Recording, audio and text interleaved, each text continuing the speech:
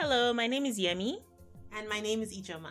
And together we host Africa in My Kitchen, a podcast that is produced by Tunuka Media. This fun podcast explores meals from each country in Africa. We talk about the country, discuss the meal itself, and draw from our experiences to share why we are, or are not, excited about the meal. A new episode airs every 2 weeks. So join us for the hits, the misses, the laughs, and the cringes as we eat our way across the continent. Come back often, share with your friends, and add the podcast to your regular podcast rotation wherever you listen to podcasts. Now, it's time for this week's episode.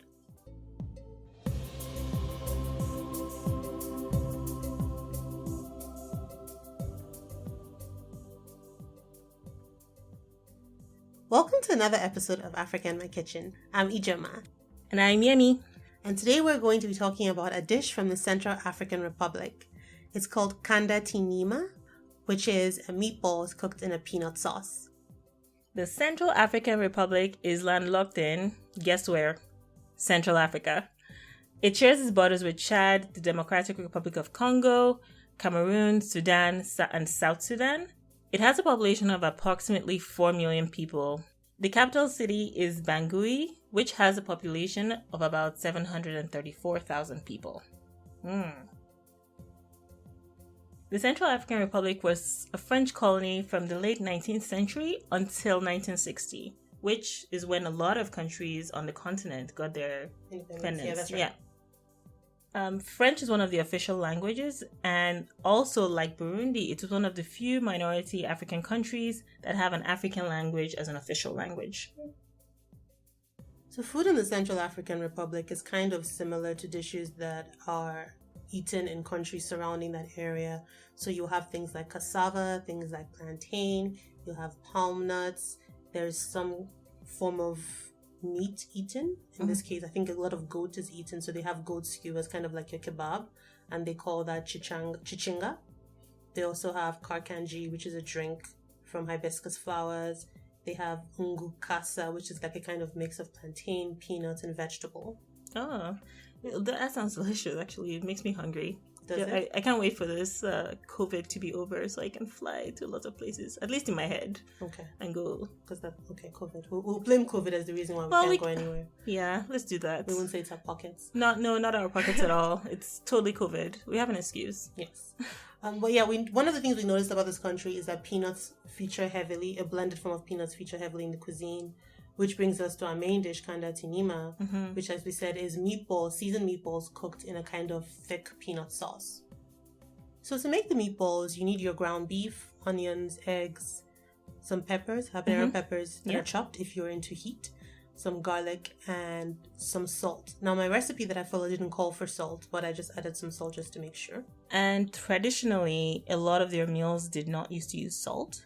Because from what I've read, salt was a scarcity. I think I saw that as well. Yeah, so salt was a scarcity. So the traditional way of making this, you would not use salt, but that makes sense. We added salt. So. We did because I need to I need salt in my life.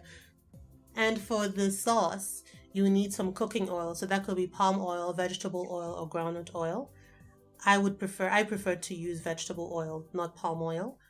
You also need some more chopped onions, some unsweetened peanut butter, which is like your natural peanut butter, some water to kind of mix the peanut butter and kind of, I don't know if the right word is dissolve, or make it into a smooth paste. Yeah, and that will be warm water. Okay. And some salt and chili pepper and some okra.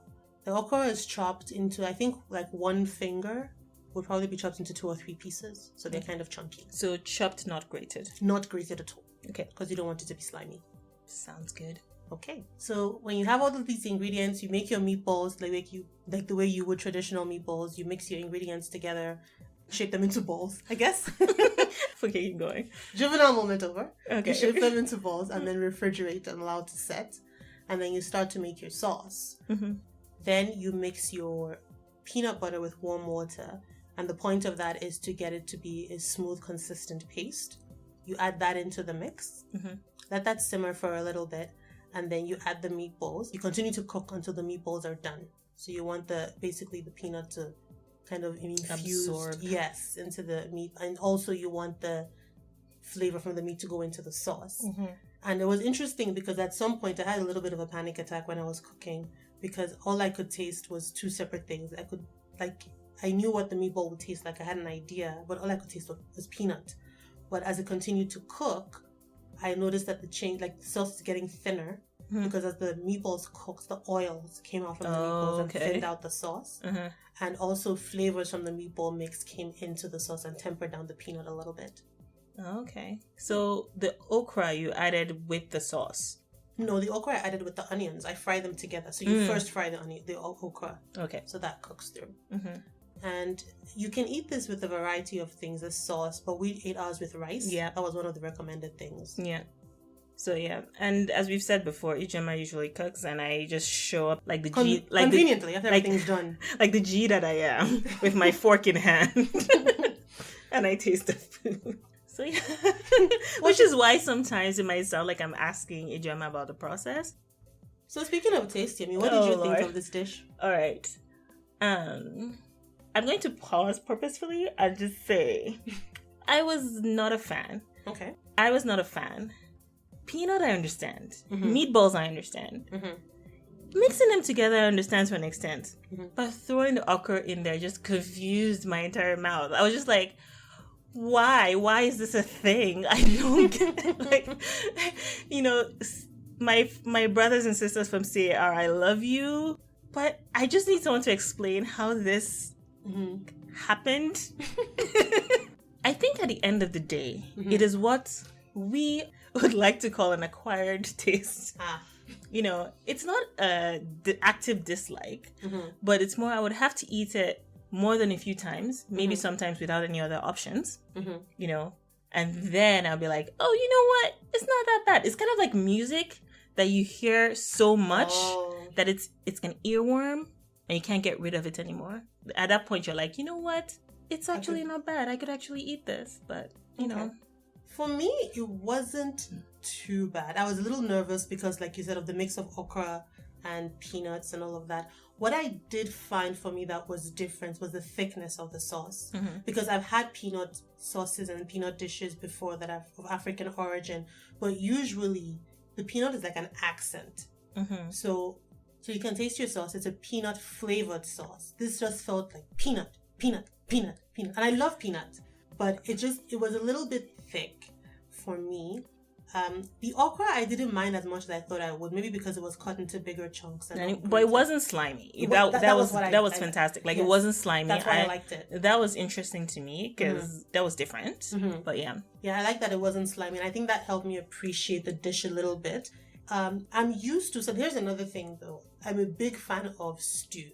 So when I'm eating, like in Nigeria or in a lot of African countries, we eat rice with a tomato-based sauce that we just call generically stew.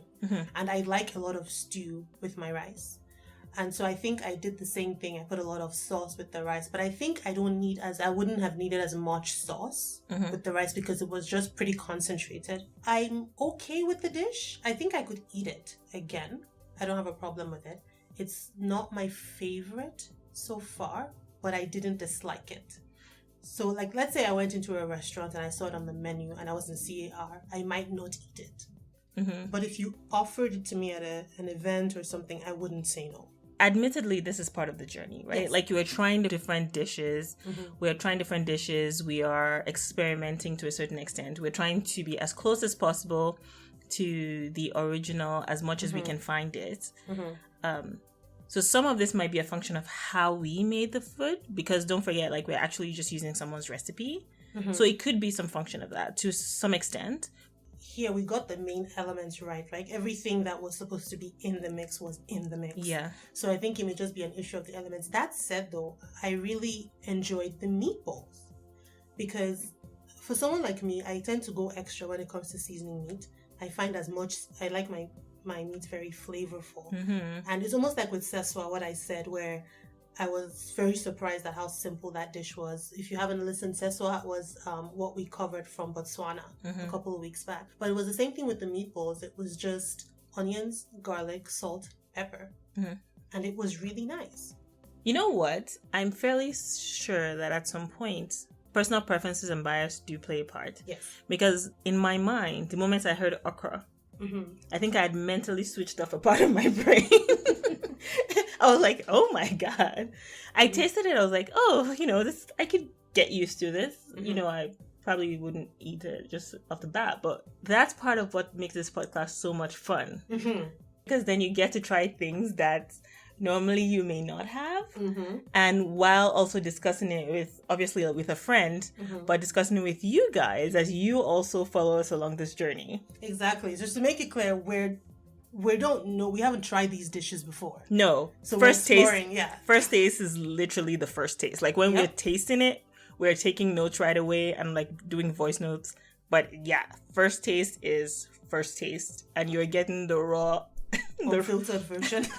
Well, it's really a bit filtered. We need to be nice, but people from the CR, we love you. Please don't come for us. Maybe it's the way we made it. We're not sure, but it was nice. I feel like we're apologizing a lot. Yeah, okay, let's go. The truth is, different people have different preferences. For me, obviously, I like things more sweet, more spicy, and it's not the same. So I'm like more savory. Also, because I've grown up having okra in a certain way, having it in a different way, my mind automatically assumed that was how it was going to come through.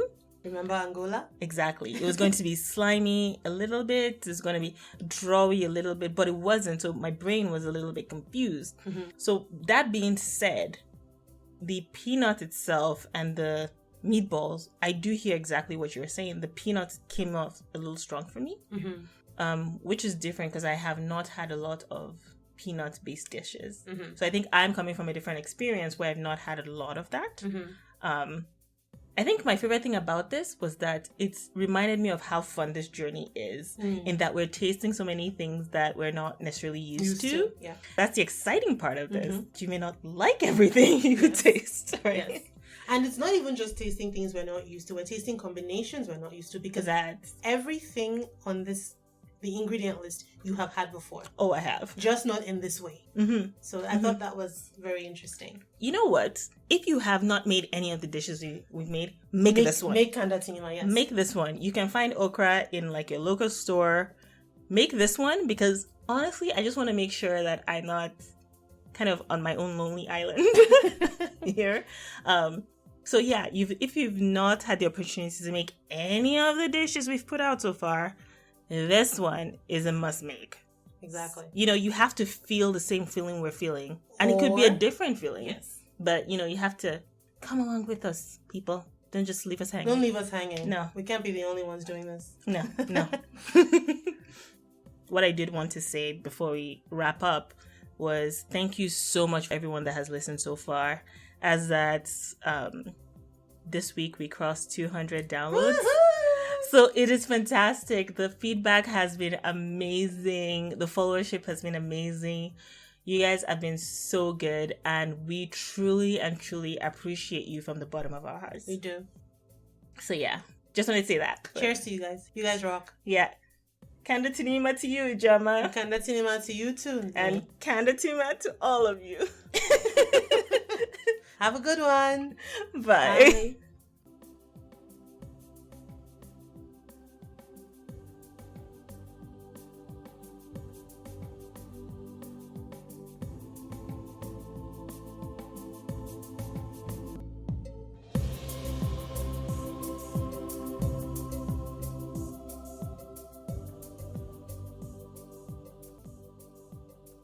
Thank you for listening, friends. As a reminder, the podcast is released every 2 weeks. Follow Tunuka Media on social media, including Instagram, YouTube, Facebook, and Twitter, to connect with us and be on the forefront of upcoming shows and program schedules. Links are in the show notes. Africa in My Kitchen is produced by Tunuka Media and co-hosted with 234 Pantry. So while on Instagram, follow my page, 234 Pantry, for more food-related content and fun facts about dishes and ingredients. Tunuka Media also produces another show called Overlooked, which I host, with more shows on the way.